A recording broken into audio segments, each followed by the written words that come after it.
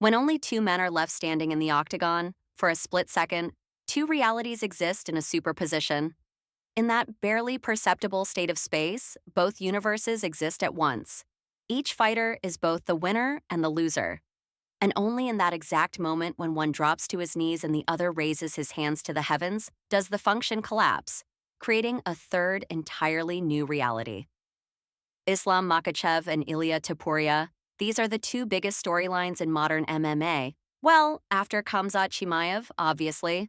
Right now, they exist in parallel universes, and their collision is the absolute ultimate dream fight for fans. One is an overpowered cyborg, packed with every skill in the game like the ultimate created fighter. The other is a straight-up phenomenon and the main character of a new era in mixed martial arts. This fight could have happened this year, like, literally, just recently. But the matchmakers decided to let this dish marinate a little longer and cook it to absolute perfection. So, thanks for that, Dana. A sarcastic thanks if we never actually get to see this fight, but a genuine, heartfelt thank you if this absolute masterpiece of 21st century MMA actually gets booked. Both guys are continuing to build their legacies and pack on the media weight. Their matchup has every chance to be the biggest main event in modern UFC history, and that potentially epoch-defining war is exactly what we're breaking down today. What's up, everybody? You are watching Combat Cult MMA. Never back down. Today we're discussing the monumental showdown between Islam Makhachev and Ilia Topuria. Why do we need it? Why are we all waiting for it? Let me know in the comments if you're somehow not hyped for this. Who wins, and how is this historic madness going to affect our mental health? Heat up your pizza, pour your pineapple juice, and let's get into it. The Makhachev era. Islam Makhachev isn't just carrying on Khabib's legacy, he's soared past the eagle and is standing at the gates of immortality. Islam is, without a doubt, the greatest lightweight in history, and right now, he's aiming straight for the top 5 GOAT list of all time. While other guys are still draining themselves in the sauna to cut those last few pounds, Makhachev packed on the mass and rebuilt his body for a new altitude. Islam moved up and took the welterweight belt from Jack Della Maddalena. Makhachev officially shut the mouths of his last remaining haters and unlocked several legendary achievements at once. 2-division champion, tying Anderson Silva's win streak record, and cementing his name among the absolute elite in MMA history. Islam built the longest win streak in lightweight history and one of the most dominant streaks in the entire promotion. He has submitted 5 BJJ black belts inside the octagon, choking 4 of them completely unconscious. He has a legitimate claim as one of the best MMA grapplers ever. Plus, he finished 2 guys from the top 3 pound-for-pound list, and he grabbed his second belt not after years of sitting out, but as an active fighter right in his absolute prime. Not even Georges St-Pierre or anyone else has achievements quite like that. Yeah, we still have the untouchable John Jones, but you can almost put his fighting stats in a separate bracket. Too many stars aligned there. Replicating or even getting close to those numbers is technically impossible in modern MMA. It's exactly like Conor's media power. There will never be a second McGregor, just like there will never be a second Jones. Those guys are just unicorns. The Topuria phenomenon, 2024 and 2025 will go down in history as the era of the brutal Georgian expansion in MMA. Merab and Ilia didn't just break into the mainstream and force people to talk about them. They dragged themselves through 3 title fights each and locked down the number 3 and number 1 spots, respectively, on the pound-for-pound list. Ilia Topuria is our new double champ, only the 5th in history. Yeah, I know, officially he's technically not a double champ because they stripped his 145-pound belt, but let's throw those bureaucratic technicalities out the window. Topuria is the first real active double champ since the COVID era, well, if you don't count Amanda Nunes. Yeah, Poatan recently grabbed a second belt, but he managed to lose his first one in between. And Topuria is the first double champ to hold 2 belts without a single loss on his record. The guy is rewriting history with 2 straps on his shoulders, glowing like the eyes of a dragon from Basque mythology. Right in front of our eyes, Ilia has become arguably the biggest star in the biggest promotion on the planet. The dude is literally replicating the Conor McGregor run. But the thing is, you can't accuse Ilia of being handed anything. El Matador isn't a product of the UFC hype machine. He built his own reality with his own fists and fight IQ.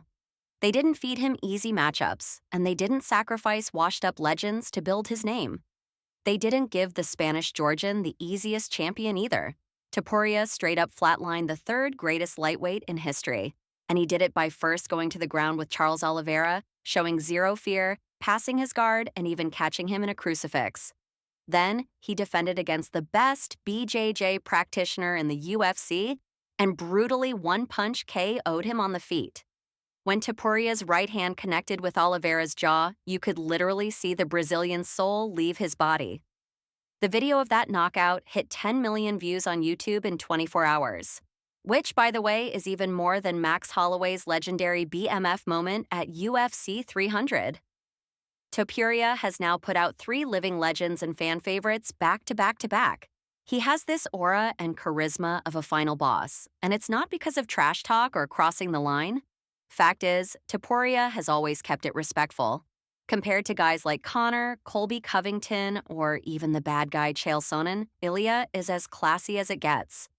Mystic Ilia casually drops a prophetic prediction, like, I'm gonna knock him out in the first round, and then, just as casually, goes out and executes it. The villain aura comes strictly from his vibe. Topuria is just too flawless, too cold-blooded, too stylish, with his signature rose. Shadow realming dudes with a single touch. The future and the lightweight picture. Ilia's camp is basically a Black Ops project for training super soldiers.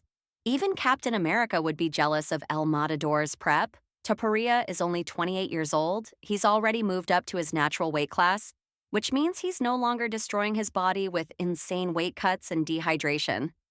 He has all the time in the world to rack up title defenses and then maybe even move up to 170? Bro, imagine if Ilia defends the lightweight belt a few times, breaks the record, and then declares he wants the welterweight strap? Nah, that's GGWP. We can just shut the sport down at that point. And he actually has a real chance. Topuria hits like a Mack truck, and moving to 170 means he'd pack on even more power. Man, these Georgians definitely tweaked their genetics or something. One guy's body literally never gets tired, and the other guy is built like a hobbit but hits like Francis Ngannou. It's terrifying. We don't know what we're dealing with here. Topuria has already hinted at a trip to welterweight, but that's way down the line. First, he needs to clean out his new home division, and there's plenty of opposition waiting. And no, what the fucks are you doing in the cage, Paddy Pimblett? Give Arman Tsarukyan the title shot already? Arman is the undisputed #1 contender at lightweight right now and the only guy with a realistic chance of beating Topuria. Arman is an elite wrestler with nasty kicks, and he's incredibly strong physically. Tsarukyan was universally considered the biggest threat to Makhachev, so he definitely won't be a walk in the park for Ilia. Are you seriously still asking why we need this? Look, we just laid out the absolute foundation in the first half of this video, just in case someone didn't understand why Makhachev versus Topuria is exactly what the sport needs right now. In UFC lore, Khabib versus McGregor is the golden standard, the classic that every mega fight is compared to. But this exact matchup, Islam versus Ilia, has every chance to replicate the magnitude of that historic madness. The super fight, Makhachev versus Topuria. Yes, Makhachev has already surpassed Khabib purely in terms of sports achievements. And with a second belt, he'll at least stand shoulder to shoulder with the Eagle in terms of legacy. Even if he never reaches Khabib's untouchable mainstream media weight, Topuria might never reach the sheer global stardom of the Irishman, but Ilia is arguably the only fighter who can even get close to that level. And if you combine his sports accolades with his media presence, he could become an even bigger historical figure than McGregor. Because let's be real, as mystic as Mac was, he never defended a single belt, and strictly speaking, he barely cracks the top 20 all-time strictly on sports metrics. Next year, we could witness absolute history. A fight for the #1 pound-for-pound spot, a fight between 2 elite athletes, a fight between 2 massive stars, and finally, a fight between 2 double champs. And this isn't 4 different fights. This is all one fight. This media nuke could detonate next year, matching the hype of Khabib versus Conor, but with massive competitive intrigue attached to it. As of recording this video, Topuria is crashing into the #1 P4P spot, and Islam is sitting at #2. I mean, what could possibly be better? Most importantly, Makhachev is highly unlikely to ever cut back down to 155. So if this fight happens, there is a 95% chance it takes place at 170 pounds, welterweight. And if Topuria wins that, he becomes the first ever triple champion in UFC history. And that would be a legitimate bid to push even Jon Jones out of the absolute GOAT conversation. I can hear the Topuria haters right now. What the fuck is this long-haired guy talking about? But hey, who the hell knows? As you probably figured out, predictions aren't the point of this video, and we aren't doing a deep dive tactical breakdown right now. When the fight actually gets booked, then we'll drop the heavy analytics. But for a super surface level take, Topuria changed weight classes, but visually he hasn't changed much. He didn't pack on massive bulk, but his body is taking way less damage than it did at 145. Makhachev, on the other hand, is actively lifting weights and eating his cottage cheese. Regardless, Islam will be the betting favorite against Topuria, just like he is against literally anyone else right now. Islam has the X factor with his wrestling, and Ilia has the exact same X factor with his boxing and the touch of death. Given Islam's habit of lingering in the pocket to trade and his chin not being made of absolute iron, a knockout by Topuria is a very realistic outcome. Just as realistic as Islam winning a decision, kind of like the first Volkanovski fight. We are so unbelievably hyped for this matchup. How these two styles will clash in the cage is a mystery, and it's super intriguing. Makhachev is a flawless cyborg with almost zero weaknesses. Topuria is an elite boxer with dynamite in his incredibly fast hands and solid wrestling defense. Long story short, we want this fight, and the sport desperately needs these massive events. Over the years, the UFC has leaned heavier into pure sport and moved away from the crazy hype, super megastars, and all that wild energy. It's time to bring balance back to the force in our favorite crazy sport and draw in new armies of fans, the contenders and the path to 2026.